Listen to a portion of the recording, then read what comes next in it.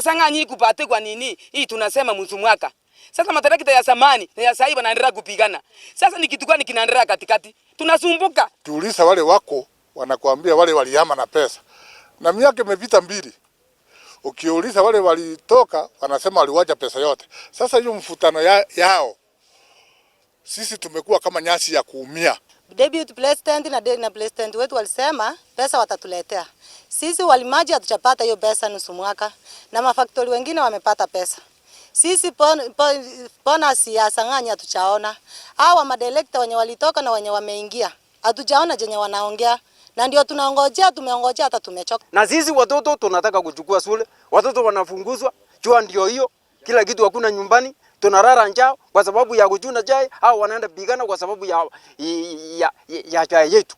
Kwa hivyo sasa tunasema sasa serikali etusaidie, serikali iingilia ndani, alau mjue hiyo pesa inaendanga wapi, mnasema nusu mwaka.